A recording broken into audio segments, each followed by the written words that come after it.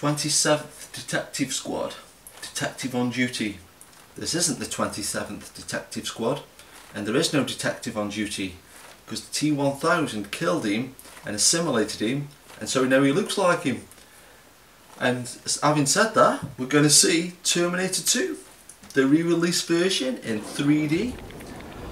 Just recently a lot of people in my family have been dropping down dead, so getting a bit paranoid about the old ticker. So to build up my health and get fit again, I'm going to run however many miles it says to my local Odeon.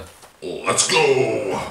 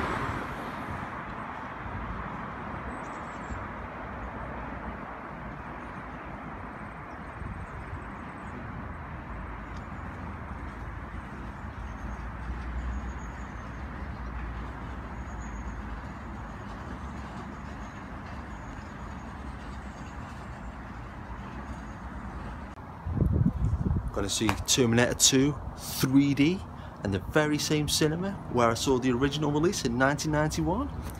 Amazingly, I've still got the exact same tickets that when I went to see that release. I'm going to see if I can get in using this. Review coming soon. Oh, you're right. Oh, yeah. Oh, sorry, I'm guessing that's my ticket when I went to see the first time in 1991, getting the exact same cinema. Goodness me, would you like to put your name down for the Terminator poster? Oh yeah, please, yeah, it's okay, yeah, that'd be awesome. Wow. I was just looking at it, funny enough, I was thinking I wonder what was going to happen with it. I was hoping it was in screen 7, but can't have everything, I guess. So what's your name? David Pickrell. How do you spell Pickrell? P-I-C-K. Just got back in from a screening of Terminator 2 in 3D, no less. And just going to go through some of the highlights, and sometimes you've just seen the film, I'm sure I'm going to miss out loads of things, so I'll have to have a good discussion with everybody in the comments below. But yeah, here's what stood out to me in this screening. But the first thing, start at the start, right? But there's a really nice intro by James Cameron. And I've always got this image in my mind of James Cameron as being like this guy that, you know, doesn't take no crap off anybody, and he's just like, you know, almost like a Bond-day Stanley Kubrick or something like that. But he's really sweet because he said, thank you for coming to your UK cinema to watch Terminator 2. And I just thought, because this film must be released in loads of cinemas all around the world, but did he have to say stuff like, thank you for coming to your local Istanbul cinema or something like that? But that was a really cool thing. And then this was a little added bonus, but of course you've got your 3D glasses to watch Terminator 2 in 3D. Well, this was just more fluke than anything, but you just put your 3D glasses on, as of course you do, and you look like a T800, so you go, course, I'm a Terminator. It's a typical Arnie impression. Had 2 pairs of glasses like Robert Stack in Airplane. But one of the very first shots, I don't think it's the very first shot, but it might be the 2nd or 3rd shot in Terminator, is this big long street of all these cars, and I don't know why, that just gets me so nostalgic. It just makes me like, oh, it just really hits me of like a wave of nostalgia when I see this street. But 2 things I only found out about that street recently was I was talking to my mate Stu. We were going round and he was doing his job and stuff. He's like a delivery driver. And we were driving round and I saw this street in the distance that looked dead like the street from the intro to Terminator 2. And there was all this sun hitting, bouncing off the cars. And I goes to Stu, I said, oh, that just reminds me of the intro to Terminator 2. And he goes, oh, I've been that street, so it's like mind blown. And then I was just on the computer not long ago, just looking at the car movie database. And somebody took a really high resolution image of that intro, and they were trying to guess all the cars in that shot, so that could be a little extra added bonus. But to about 4K as well. And again, I know they have to hype films up now, but James Cameron was talking, I've been talking a few intros and a few interviews and on the intro that, oh, this 4K restoration is way better than Terminator 2 has ever looked. I was thinking, that can't possibly be the case, because, don't get me wrong, it looked immaculate, it was absolutely perfect, and I'd seen it all, like I said, in that same cinema and things like that. But it was literally like, like I said, great print, but because I know it's been released in 70mm, and I'll have to do the actual research on this, but the actual resolution for 70mm must be technically way better than 4K, but who might disagree with James Cameron. That said, one thing that really got me thinking was, how do they even do these 3D versions of older movies? Because obviously it looks brilliant, and it would, I mean, when I saw it 35mm back in the day, it looked really good.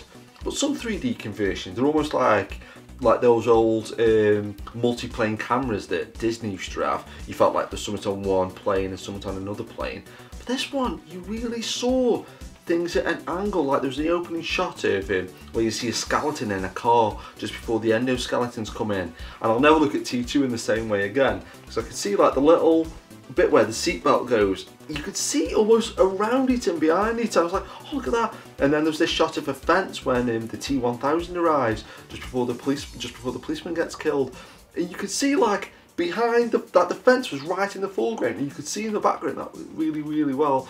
But seeing it like on the big screen again for the first time, 20 odd years, 25 years, whatever it is, maths question.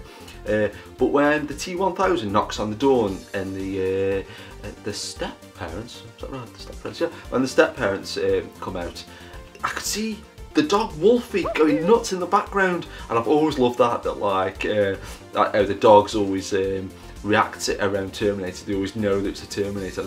I never noticed that bit before. But the lightning as well, like the bit where the T-1000 stabs Arnie with the big metal spike, and you see all that lightning and the music swells up. That's kind of good. Only George Lucas style special edition is when the truck goes over into the flood canals chasing John Connor on the bike. The windscreen fell out and smashed on the floor, and in the next shot you see it there. Well, they've just re-put it in there so when the truck goes over it doesn't fall out. So apparently that's the only part of the film that's been editionarized. But that's one thing as well though, with it like just coming off a fresh screening of T2. And don't get me wrong, it's an amazing film. I've seen loads of people on like Twitter saying, oh, it's the best film I've made, and it's amazing, it's incredible and stuff like that. But here's one for you. I personally think that Terminator 1 is still the best film. So I'll leave it up to you guys. Which is the best film? T1 or T2? Oh, and that's another thing as well, seeing it in the cinema with a really good sound system, really loud, is the music sounded brilliant. And I've been studying like music theory recently, and sort of, I've always been into film scores and synthesizer scores especially, but just seeing the bits where it really sort of got louder and more intense and actually physically played harder, so it was more, just really hitting you, and then the bits where it just disappeared completely and just worked really well. Oh, and actually this is a kind of incredible thing, which it kind of pinpoints it to right now, but it may as well use the time travel metaphor. But it's considering it's only released for one day and for mostly one showings in nearly every cinema, it is currently the #1 film in the UK, so that's a kind of a cool thing. I've literally just read as well, so I heard a few people saying that like, oh well, I've missed it and why couldn't it have been on more times and stuff like that. That it's been being released on 3D Blu-ray, and I've heard that there's a 55-minute documentary. And I don't know why, this is as close as I get to a guilty pleasure, but I've always loved it when making of documentaries have a great name. And the one that always springs to mind is the one for Jason X, which is called By Any Means Necessary. I think that really sums it up perfectly. But the making of this Terminator 2 restoration 3D one is called Reprogramming the Terminator. So it'd be great to check out to see how they actually do it, right? Oh yeah, it's another great thing as well, because obviously this film is known for being like a pioneer of CGI, and it is. I mean, you know, obviously gone on about it before, that there's CGI way before Terminator 2, but you know, Terminator 2 obviously put it onto the into the forefront and that, but there's still a great use of practical effects, and not just practical effects. Once you notice these things, it just sort of raises that level a little bit. But the shot where the security guard with the mustache is going to the coffee machine and the T-1000 comes up behind him and the spark goes through his head, if you really watch that scene closely, it's actually a guy in real life who's got a twin brother. They've been in loads of films together, Don and Dan Stanton, I think the name of them, Gremlins 2. So it interacts between, it's him and his twin brother, and then like a CGI T-1000, and when you see him dragging him, it's like his twin brother and stuff. And Linda Hamilton's twin sister is in a shot right near the end in the steel mill, so they use like really cool stuff like that. It's really good. And saying it like anyone who might have out the man, Mr. Cameron, but he said there's only one addition to this film that's been changed, and I could be wrong on this, but I stayed right till the very end of the credits. There's actually quite a few people in for the credits, which was kind of cool, with it not being a Marvel related film. But I watched T2 again, like say afterwards, and when the credits were going up, I noticed it said play the hit Nintendo game by LGN, and I'm pretty sure that wasn't in the credits to the T2 3D version, so that could be an extra little addition. But this was just the icing on the cake, really. This super fine quad poster that you see behind me right now, it's right here, I'm touching it with my hands. But what was amazing, because when I went up to the counter, as you saw, that when I showed the guy my original ticket from 1991, and he said, oh, do you want me to put your name down for the to win a poster? And I was like, oh yeah, that'd be cool. But when I came out after watching the credits, there was a group of about 15-20 people there, and they said, oh, you know, draw the name out of a hat. And weirdly, the person in front of me drew a name out of a hat. Would have been awkward if they put their own name, but they drew a name out and they passed it to the person who was like, David Pickerel. I was like, yeah! So I won this poster, it was awesome. And then, like I say, the woman said about that, like, oh, 1991 guy, and the guy said, I'm glad you won, because you came with the ticket and you actually showed like an interest and stuff like that. So I won, and see you 25 years from now, everybody. Keep it locked.